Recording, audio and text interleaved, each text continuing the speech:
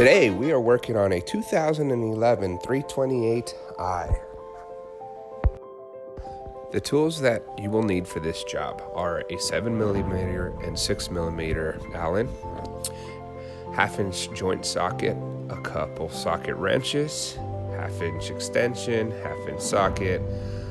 You're going to also need a flathead, and then I use a bigger flathead as a pry bar.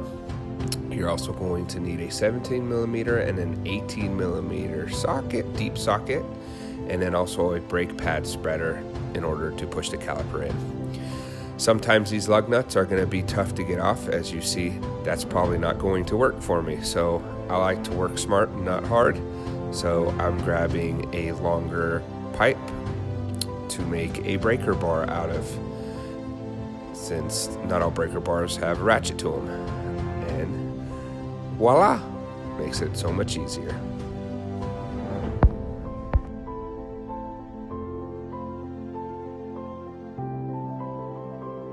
All right, now that we've loosened the lug nuts, it's time to jack up the car.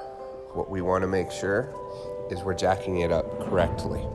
There's a little rubber pad underneath the frame rail behind the front tire where you can jack the car up properly. Do not place it anywhere else. All right, time to remove the wheel, remove the lug nuts, and remove the wheel. This is the brake rotor, the caliper, the retaining clip, and then the 6mm screw that holds the caliper on.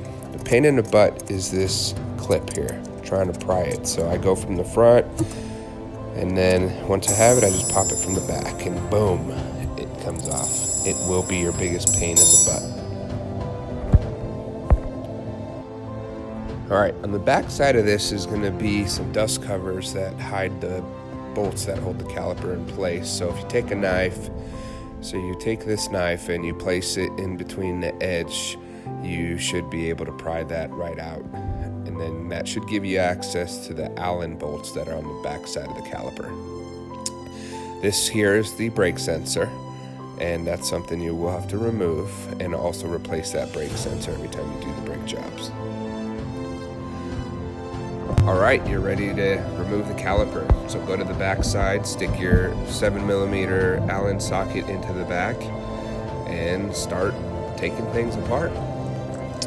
They do become a little bit challenging to pull them completely out because the rubber diaphragm around the bolt kind of keeps it in. So at some point you'll have to use a flathead to try to separate and pull it completely out.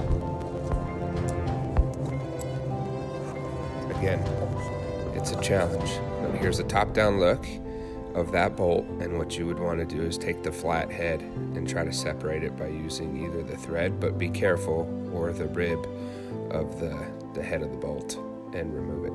Just make sure you don't damage the thread.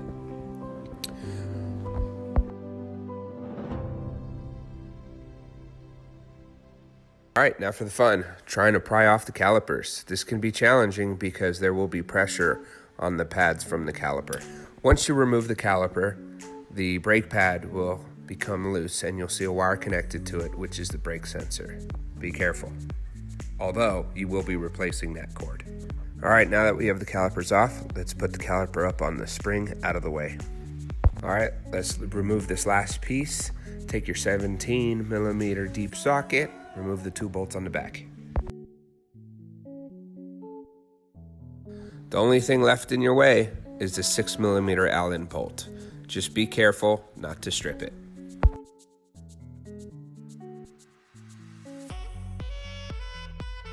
Before you can put everything back, you've got to be able to open up the calipers.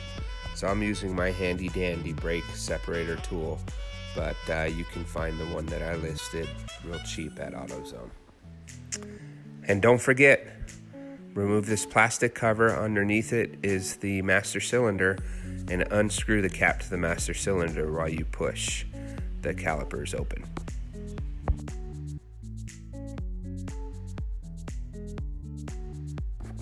One thing I want to note, to make sure when you're pushing the caliper back in that the piston is going back into its housing square. If it starts to turn, tilt, whatever it may be, you could possibly damage the piston. Once that's all complete, you can begin the reinstallation process. But first, you will have to replace the brake sensor. Now it's time to replace the brake wire. So I want to show you the brake sensor before I show you where it connects. So real quick, here's the tip of it that connects into the brake pad, and it just slides in there. This is the one we want to replace. So follow it up behind the shock tower, and it will be in a plastic casing by the frame rail.